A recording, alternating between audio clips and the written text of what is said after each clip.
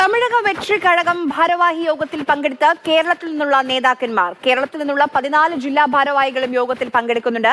ചെന്നൈ പനയൂരിലെ വിജയ് മക്കൾ ഇയക്കം ആസ്ഥാനത്താണ് യോഗം നടക്കുന്നത്. യോഗത്തിൽ വെച്ച് കേരളത്തിന്റെ മേൽനോട്ട ചുമതലയുള്ള നേതാക്കളെ ജനറൽ സെക്രട്ടറി ബുസി ആനന്ദ് തെരഞ്ഞെടുക്കും. തമിഴ് വെട്രി കഴകം അതിൻ്റെ പാർട്ടി പ്രഖ്യാപനം നടത്തിയിരിക്കുകയാണ് വിജയ്. അതിനുശേഷമുള്ള ആദ്യ ഭാരവാഹി യോഗം ഇപ്പോൾ ചെന്നൈ പനയൂരിൽ പുരോഗമിക്കുകയാണ്.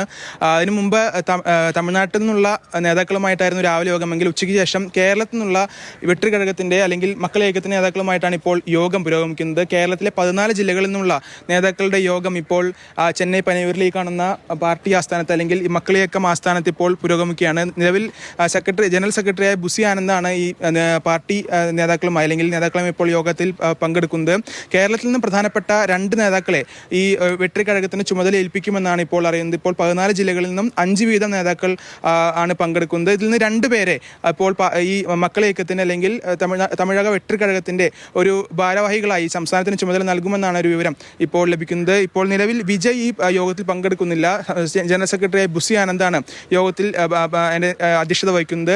എന്തായാലും നിർണായകമായ പല തീരുമാനങ്ങളും ഉണ്ടാകും. രാഷ്ട്രീയത്തിലടക്കം കേരളത്തിൽ ഇറങ്ങണമോ എന്ന് മറ്റുള്ള അടക്കമുള്ള കാര്യങ്ങളിൽ ഒരു നിർണായക തീരുമാനം ഉണ്ടാകും. എന്തായാലും ഇപ്പോൾ തുടർന്നുകൊണ്ട് പോകുന്ന ജീവകാരുണ്യ പ്രവർത്തനങ്ങൾ അല്ലെങ്കിൽ മറ്റു പ്രവർത്തനങ്ങളെല്ലാം തന്നെ അതേ നിലയിൽ തുടർന്നു കൊണ്ടുപോകാനാണ് ഇപ്പോൾ വിജയ മക്കൾ ഇയക്കത്തിന്റെ ഒരു തീരുമാനം വന്നിരിക്കുന്നത്. അത് കേരളത്തിൽ കൃത്യമായി നടപ്പാക്കുന്നുണ്ട്. എന്തായാലും രാഷ്ട്രീയപരമായ മറ്റു തീരുമാനങ്ങൾ ഉണ്ടാകുമോ എന്നുള്ള കാര്യത്തിലടക്കം ഒരു നിർണായക തീരുമാനം ഈ യോഗത്തിലുണ്ടാകും. പക്ഷേ ഈ യോഗ തീരുമാനം പിന്നീട് വിജയ് തന്നെയായിരിക്കും പ്രഖ്യാപിക്കുക. കാരണം ഇപ്പോൾ ഈ തമിഴക വെട്രി കഴകത്തിന്റെ അധ്യക്ഷനായി ഇപ്പോഴും വിജയ് തന്നെയാണ് ഉള്ളത്. അതുകൊണ്ട് അതിൻ്റെ ഒരു നിർണായകമായ തീരുമാനം പ്രഖ്യാപിക്കേണ്ടത് വിജയ് തന്നെയാണ്. ചെന്നൈ പനയൂരിൽ നിന്നും വിനയ് ഉണ്ണി, മാതൃഭൂമി ന്യൂസ്.